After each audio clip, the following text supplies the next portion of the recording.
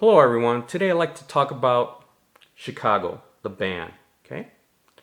So, Chicago was a group that I actually was exposed to and knew about as a kid, listening to the radio stations and whatnot.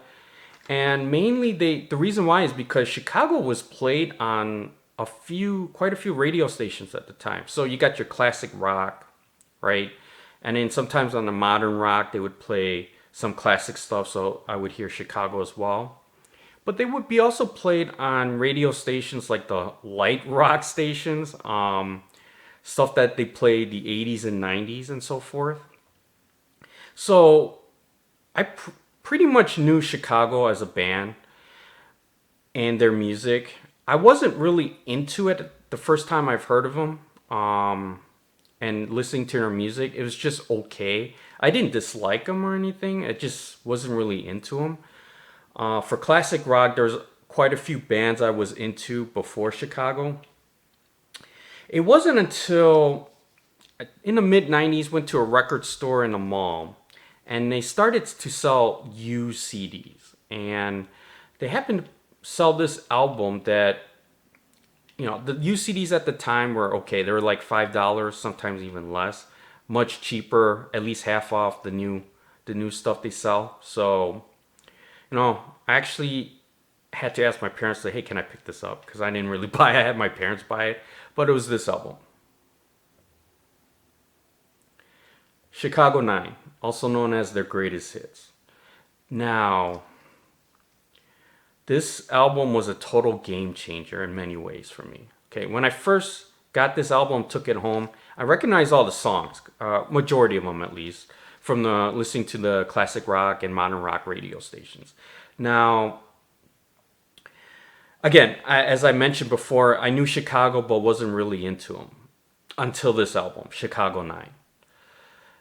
I mean, not only were they greatest hits, but damn, every song or majority of the songs sounded different. Even though I knew them, I knew the melodies and everything.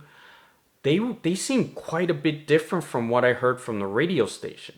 And this is where I started to understand the difference between radio edits and album versions of the songs.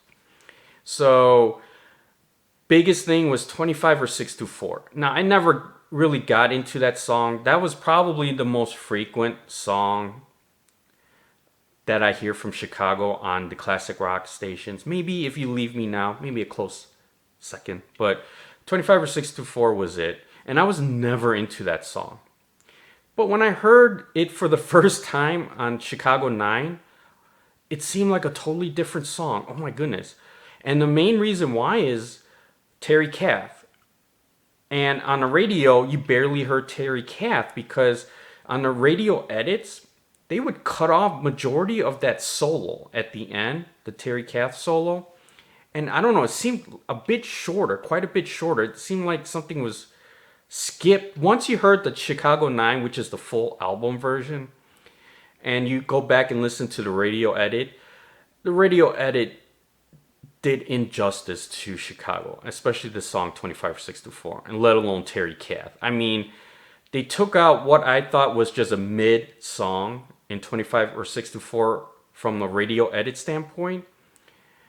And listening to the album version, Terry Kath did it elite status. Oh my goodness. I mean, now I understand why 25 or 624 was considered, and sometimes still is considered their best song. I mean, to many of Chicago fans, including myself. And it's like night and day. Even though it's the same exact song, the radio edit took out probably the best parts of what made 25 or 624 great.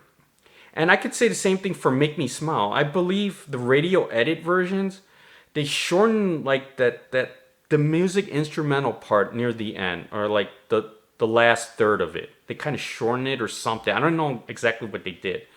And listening to the Chicago 9 version, the album version of Make Me Smile, sounded totally different. Unbelievably different. So mad respect to Chicago 9. I mean, that to this day, and I know most people are going to say this is not their official album, but to me, Chicago 9, it's called Chicago 9. I mean, even though it's the greatest hits, yeah, it's a compilation album, but to me, this is their greatest album, Chicago, to date, no matter what. And this is the album that got me into Chicago. Now, I know it's a compilation album, but damn. Chicago to me as a band, maybe not in their early years, but they they put out a lot of albums that might have two, three great songs, hits, and then sometimes it's just, I hate to say filler, but it seems to be filler. Now I know there are a lot of deep cuts here and there that are fantastic. So I can't say they're filler or anything like that, but it wouldn't be albums I would get into. Let's say Chicago 9 never came out, and I had to listen to Chicago 1, 2, 3, 4, 5, all the way through 9 or something like that. I would consider them a mediocre band, and I might not even listen to some of the hit songs because I probably get turned off right away. But yeah, maybe you could call me a casual Chicago fan, even though I consider myself a hardcore fan. But anyway, Chicago 9 to me is hands down their best album. Now, not too long after I got Chicago 9, I got this album. Also used from the same store, I believe. It's Chicago's Greatest Hits again, 1982 to 1989. Now, after I picked this up and listened to the whole thing, I understood what I would consider the eras of Chicago. And to me, they're just two, right? There's the most people would say it's the Terry Kath era and the post Terry Kath era. So technically speaking, this would be the Terry Kath era and the post Terry Kath era. Now I know there's a second greatest hits that came out afterwards I would put them in a Terry Kath era, but that greatest hits sucked. I mean, Volume 2, it's the second one, and it only had three songs: Old Days, If You Leave Me Now, which is one of their best, and Baby What a Big Surprise. So those three songs, if I recall. I never got that album because I knew it was just three songs. But technically speaking, would be the Terry Kath and the post Terry Kath. Now, I would like to change that up slightly. To me, Chicago is really two eras. The Terry Kath, same thing, including Baby What a Big Surprise up to that. And then the David Foster era. That to me are the two eras of Chicago. Okay? Now, obviously there's a gap. When I mention that, there's a gap. So there's when Terry Kath passed away, it was in 78-ish, I think. And then obviously this David Foster Greatest Hits album, I think he produced the majority of the songs of Chicago from 82 on. And that started in 82. So there's like a 4-year gap that I didn't mention. And yeah, the Chicago still produced albums. I think they produced 3 albums, including the Greatest Hits Part 2. But I can tell you this, it's so bad, I wouldn't even consider that era at all. To me, there's a lull between these two that it's not even worth discussing. I mean, it was so bad. Their original label, Columbia Records, dropped them, right? They dropped them. And that's how they got to here, which happens to be Warner Brothers. So, to me, those are the two eras, the David Foster and the Terry Kath era. Now, knowing this is the one that always plays on a light rock station, the 80s and 90s soft music station, and then this, including some other songs on the classic rock, modern rock station. So, of these two eras, obviously you can tell, or you probably could tell what I like, and I love the Terry Kath era. Now, I'm not going to disregard the David Foster era at all. I know particularly on his Greatest Hits album, there are monster hits. I do know them. And like I said, they're played a lot. It's just not my style. I mean, the transformation was radical to me from Terry Kath to the David Foster era. And Chicago's music, albeit there's still a lot of horns in there, and that's the best part of Chicago, their dedication to the horn section and incorporating it into their music. But it was more of what you would call, to me, more ballad, power ballad type, even though they're not power ballads, but more Journey, the group Journey, Foreigner, the balladry type music, rock music that was popular at the time in the 80s. They're more that than the rockers that I think everyone knew and loved to begin with from Chicago. Now, again, I'm not saying it's a bad thing. You know, sometimes decades, eras, you got to adjust to the music or you become obsolete, you know. And I think the David Foster era adapted very well to the 80s. I mean, so now you got Chicago hits from the late 60s, 70s, and 80s. I mean, that's regardless what you say, they did their job.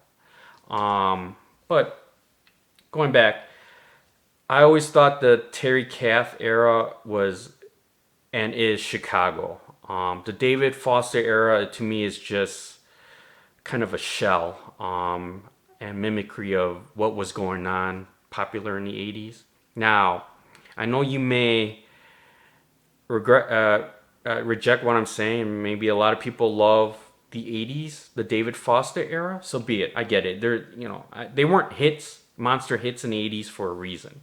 And I do admit, I do like a couple songs from them, from that era. Stay the Night, maybe, and Hard Habit to Break. But that's pretty much it. I mean, I know they have a lot more songs, but it's I don't know, not my thing. So, if anything, I got this album a bit later. It happened to be a special Chicago, basically the Columbia years, the best of the Columbia years on 2 CDs.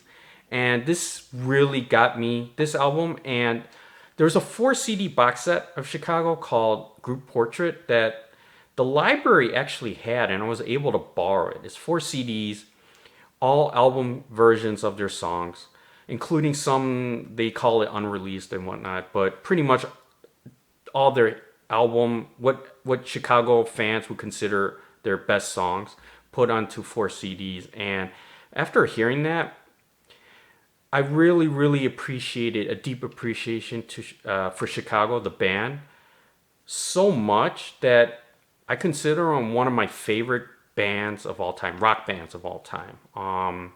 Whether classic rock, modern rock, Chicago has this style. I mean, it's very unique. Besides the horns is a major part of it, but their music just stands out. The musicianship is top notch. Terry Kath, oh hell, I mean, just the guitar playing, elite. I mean, he's really second to none of anyone. You could top guitarists. Talk about Jimi Hendrix. Go on and on with what you consider top guitarists, but I put Terry Kath up there with the rest of them. Too bad he passed away too early. So just the music is fantastic, and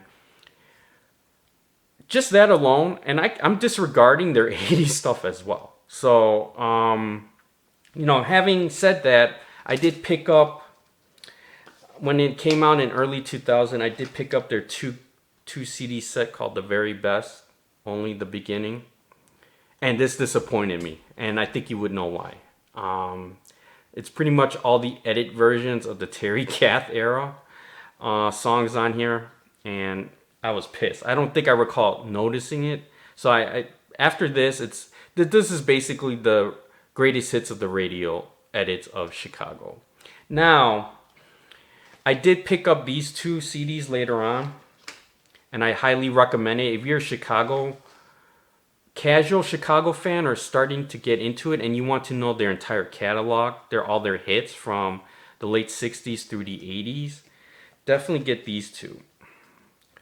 Okay, they're called The Heart of Chicago, Volume 1 and 2. I think this is Volume 1, this is Volume 2. And they're all the album versions of all their hits. and again from '69 through the '80s. Every song I know 'em and heard them on the radio in full album version. These are the two CDs to get, and they're remastered as well. So anyway, just to summarize, Chicago, not knowing them from the beginning, but after picking up Chicago 9, which I still consider my favorite, their best album of all time. I even got a a record, an album of them, the actual record, vinyl. Even though I don't play it, I prefer to play the CD. But to me, Chicago 9, hands down, the best album, considered an album, Chicago 9, of their entire catalog. And it got me into the album versions versus radio edits. And I always preferred that era, the Terry Kath era, versus the David Foster era. So tell me what you think. I mean, I know there's diehard fans that love everything, and so be it. But to me, the two eras, the first one, Terry Kath being the best, and Chicago 9 being the best album of their entire catalog.